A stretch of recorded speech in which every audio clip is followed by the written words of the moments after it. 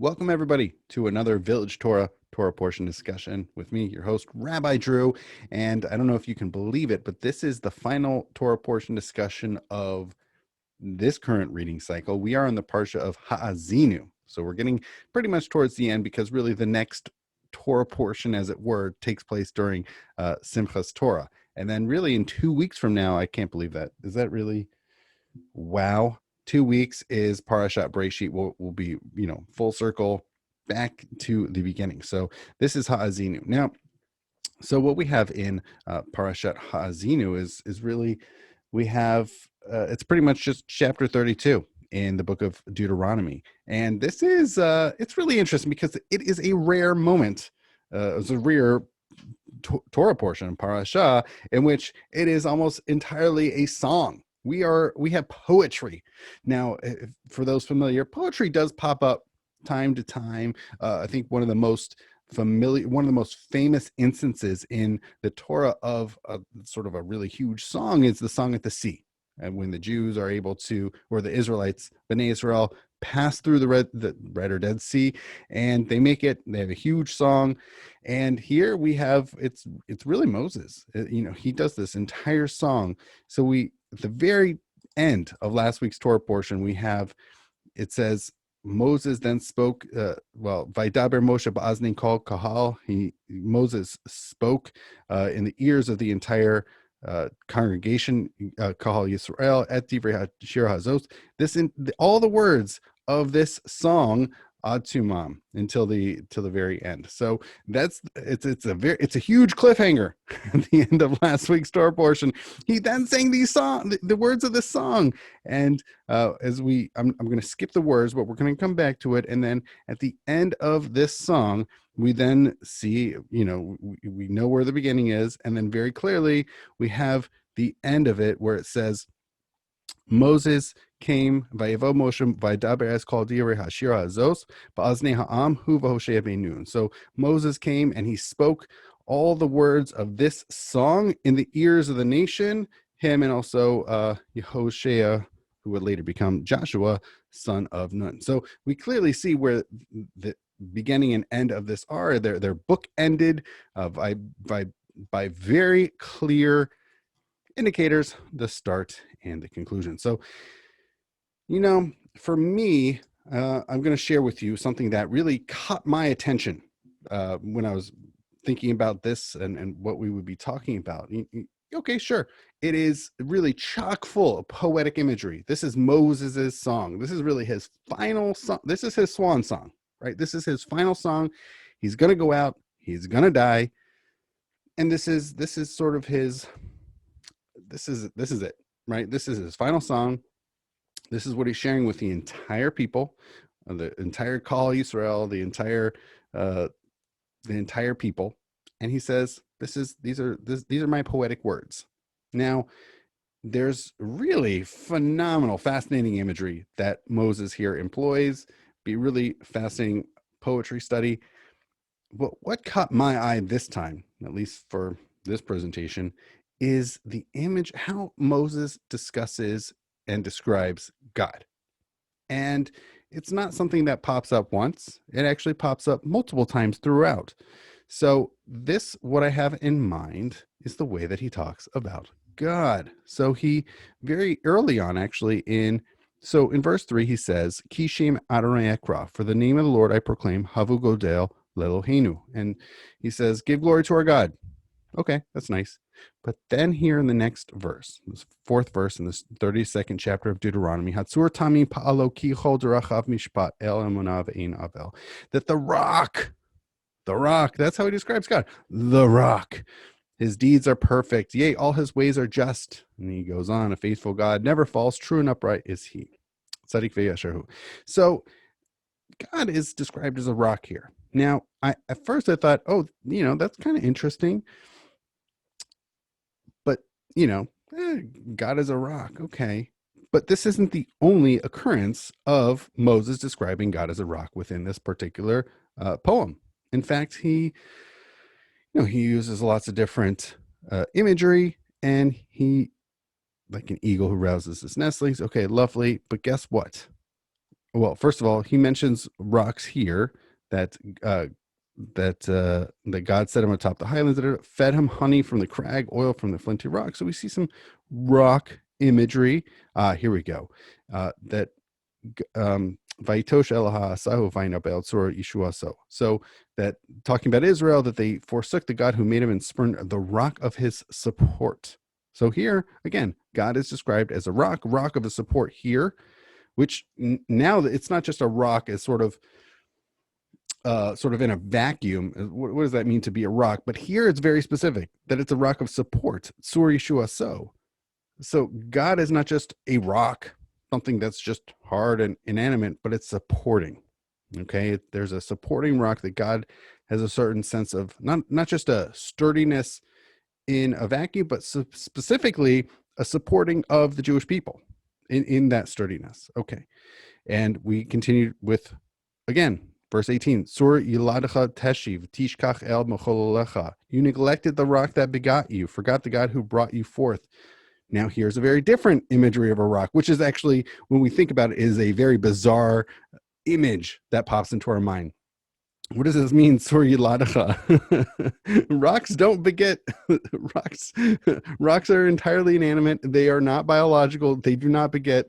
Of course, I mean, yes, we could say that you could theoretically start with a very massive rock and then chip it away and then have lots of little rocks spring forth therefrom. But that's not the imagery here. It's really a rock, seemingly, that is a rock unto its own and then gives forth this people, which is a really, I mean, it's a funny imagery. Like, why would a totally inanimate rock give birth something that's very animal? But in any event, so there's this rock, and then again, we've had a few rock instances. We've seen this. We even have, oh, this is fascinating. We have some fire imagery.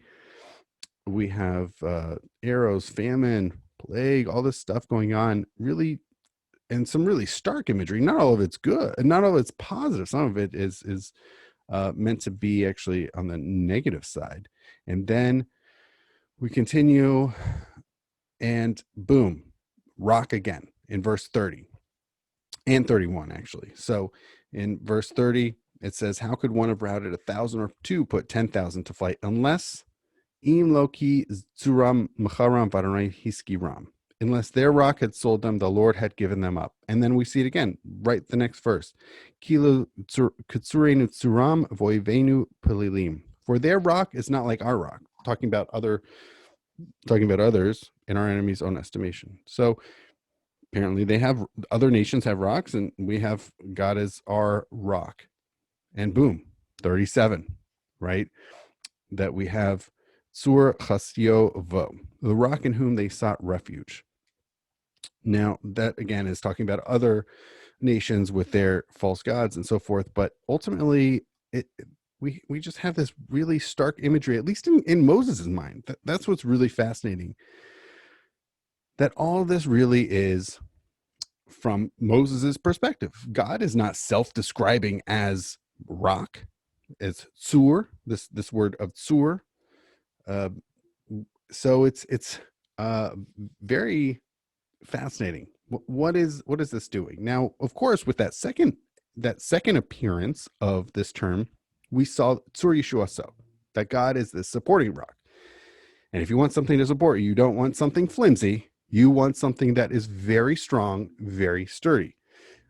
Now, I was actually one of the things that fascinated me was what is going on with this imagery, and why a rock.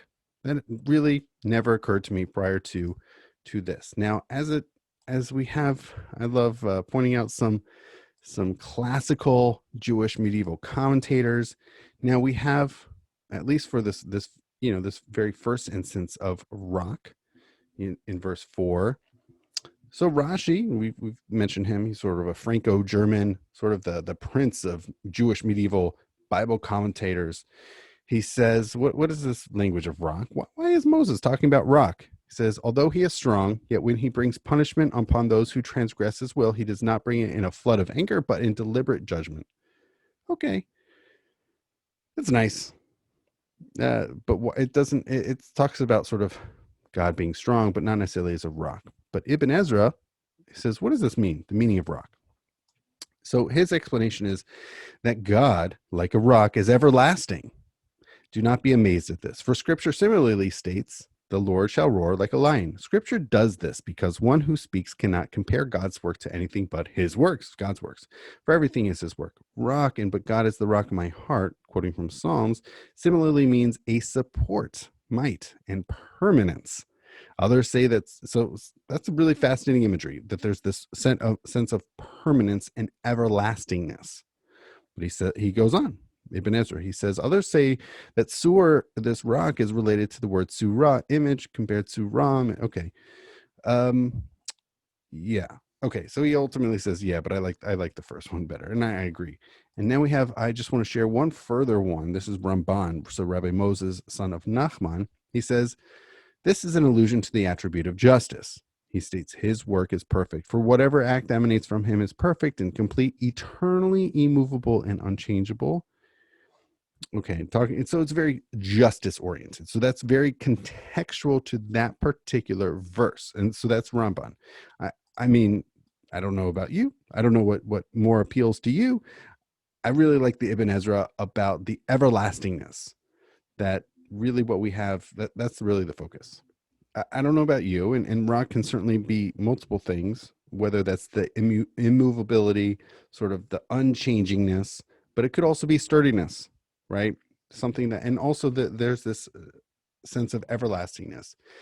I think a further beyond what these commentators are pointing at, and certainly in sort of the micro context there, I think something even beyond it is really fascinating, because when we look at the broader language throughout the entirety of the song, one of the things that, at least for me, stands out, and I don't know about you and how you approach it, is really also a lot of these things are, whether they're liquid, there's blood, there's various animals, but in stark contrast, you have the stone, you have a rock that is sturdy, it's there, it's solid. And I think that that's, for me, the imagery that Moses here employs in this final swan song is, that's how Moses sort of views God, as this immovable, solid stone, which a rock. In thinking about that, one of the strange things that occurs to me is also thinking about, we have these huge stones that, from which water emerges, and these two scenes in which Moses then approaches these two rocks. So one, of course, he hits one and water emerges, and then the second time where God says, just speak to the rock, and Moses hits it.